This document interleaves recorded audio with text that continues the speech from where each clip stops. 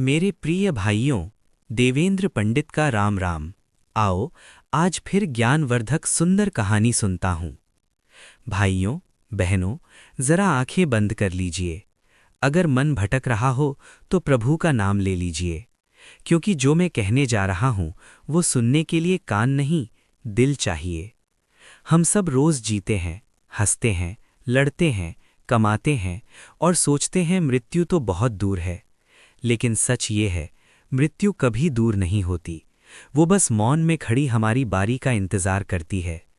जिस दिन शरीर की आखिरी सांस निकलती है, उस दिन कोई शोर नहीं होता, कोई बिगुल नहीं बजता, बस एक हल्की सी टूटन होती है और आत्मा शरीर से अलग हो जाती है। उस पल भाइयों, आत्मा सबसे पहले पीछे मुड़कर देखती है। वही शरीर जिसे हमने गहनों से सजाया, जिसे हमने दवाइयों से बचाया, जिसके लिए हमने सच को भी ठुकरा दिया। और आत्मा पूछती है, क्या यही सब था? कमरे में अपने लोग रो रहे होते हैं, माँ जमीन पर बैठकर छाती पीट रही होती है, बेटा पहली बार खुद को अनाथ महसूस करता है, पत्नी का आंचल आंसुओं से भीग चुका होता है, और आत्मा सब देखती है लेकिन किसी को छू नहीं पाती।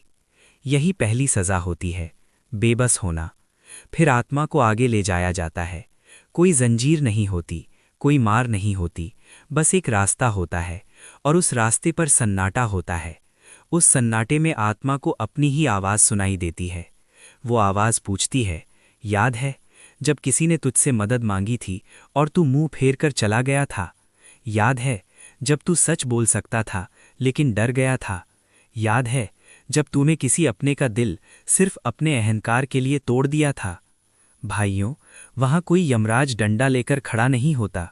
वहाँ बस आपका बीता हुआ जीवन आईने की तरह खड़ा होता है, और उस आईने में कोई झूठ नहीं चलता। जो रोया था वो दिखता है, जो भूखा था वो दिखता है, जो टूटा था वो दिखता है। और आत्मा पहली बार समझती है, सबसे बड़ा बोझ पाप नहीं, पछतावा होता है। तभी एक करुण स्वर गूंजता है, डरावना नहीं, बहुत शांत। वही प्रभु की आवाज़, मैंने तुझे बहुत समय दिया था, हर सुबह आंख खोलकर तुझे एक मौका दिया था, तू चाहे तो बदल सकता था। उस स्वर में क्रोध नहीं होता, सिर्फ पीड़ा होती है, जैसे पिता बिगड़े हुए बेटे को आखिरी बार देख रहा हो। कुछ आत्माएं वहीं टूट जाती हैं, कुछ रोती हैं, कुछ चुप हो जाती हैं, और कुछ, बहुत कम, प्रभु का नाम ले लेती हैं। उन्हीं के लिए द्वार खुलता है। इसलिए संत कहते हैं, भक्ति मृत्यु के बाद काम नहीं आती, भक्ति मृत्यु से पहले काम आती है। आज अगर आप अपने माता पिता की सेवा कर रहे हैं तो समझिए आप अपना रास्ता उजला कर रहे हैं। अगर आप किसी भूखे को खाना दे रहे हैं तो समझिए आप अपने लिए दीप जला रहे हैं। अगर आप किसी को माफ कर पा रहे हैं तो समझिए आप अपनी आत्मा को हल्का कर रहे हैं। क्योंकि जब अंतिम घड़ी आती है तो न धन साथ जाता है, न नाम, न पद। साथ जाता है सिर्फ वही जो आपने चुपचाप किया था।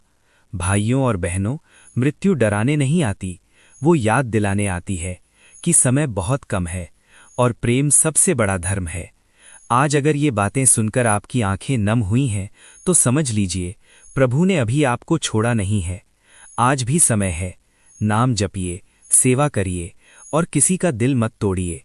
क्योंकि जब आत्मा की यात्रा शुरू होती है तो वहाँ सिर्फ कर्म बोलते हैं।